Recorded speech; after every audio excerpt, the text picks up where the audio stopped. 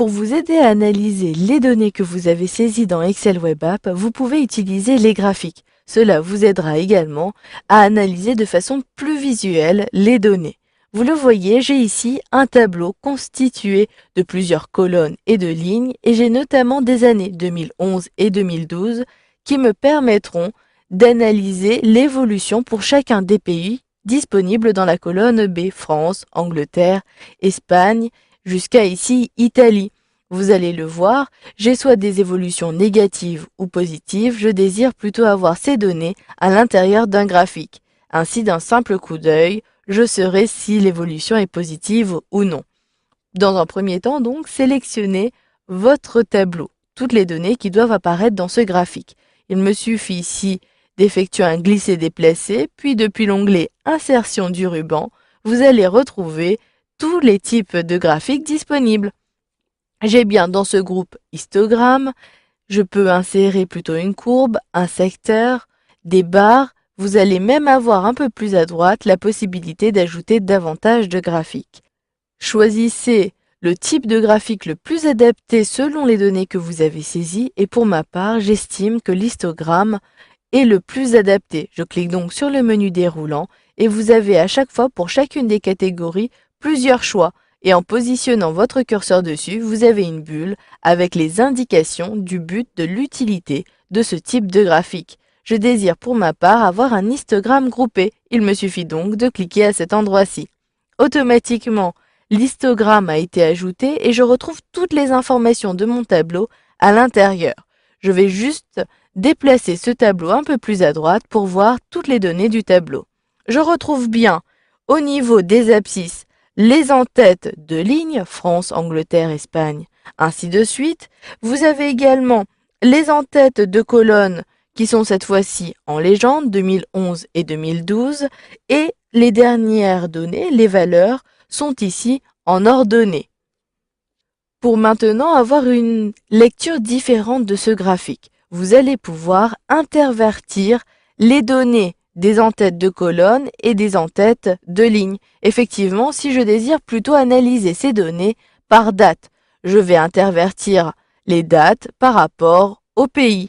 Cela est très facile à faire, il vous suffit de sélectionner l'onglet graphique du ruban. D'ailleurs, il apparaît automatiquement lorsque vous cliquez sur le graphique et tout à gauche, il vous suffit de sélectionner cette icône-ci. Je clique donc à cet endroit-ci et vous le voyez, la disposition est tout à fait différente.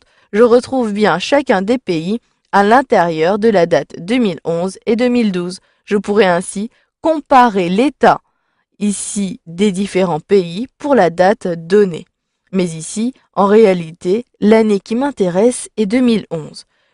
Je peux directement indiquer à Excel Web App que je ne désire plus avoir la donnée 2012. Pour cela, rendez-vous toujours dans l'onglet graphique du ruban, puis sélectionnez les données. Vous avez un pop-up qui apparaît. Choisissez la plage à inclure à l'intérieur de ce graphique. Pour l'instant, j'inclus bien la colonne D et la colonne qui indique l'année 2012. Je désire donc inclure uniquement l'année 2011. Je saisis donc C à la place de D puisque les données sont bien dans la colonne C. Si je clique sur OK pour valider, vous le voyez, j'ai une meilleure vue pour chacun des pays durant l'année 2011. Il en va de même, je ne veux plus avoir la donnée Italie. Il me suffit de préciser ici que je ne veux plus avoir la cellule 7, C7, mais la cellule C6. Je clique sur OK pour valider et automatiquement, je n'ai plus que 4 pays à l'intérieur de ce graphique. Vous pouvez même supprimer certaines données si vous ne voulez plus les faire apparaître à l'intérieur du graphique. Mais ici, l'intérêt d'avoir changé uniquement la plage est que je pourrai à tout moment réintégrer les autres données à l'intérieur du graphique. Dans un dernier temps, il vous sera possible de revenir sur le choix du type de graphique que vous avez ajouté.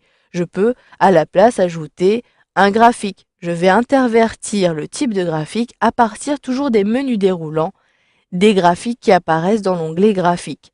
Je sélectionne les secteurs et si je clique à cet endroit-ci, vous le voyez, j'ai une disposition différente. S'il y a un souci concernant la disposition de votre graphique ici, je n'ai plus qu'un pays et ici une année. Je vais donc modifier les données en cliquant sur sélectionner les données. Il me suffira de choisir ici, par exemple, des 7.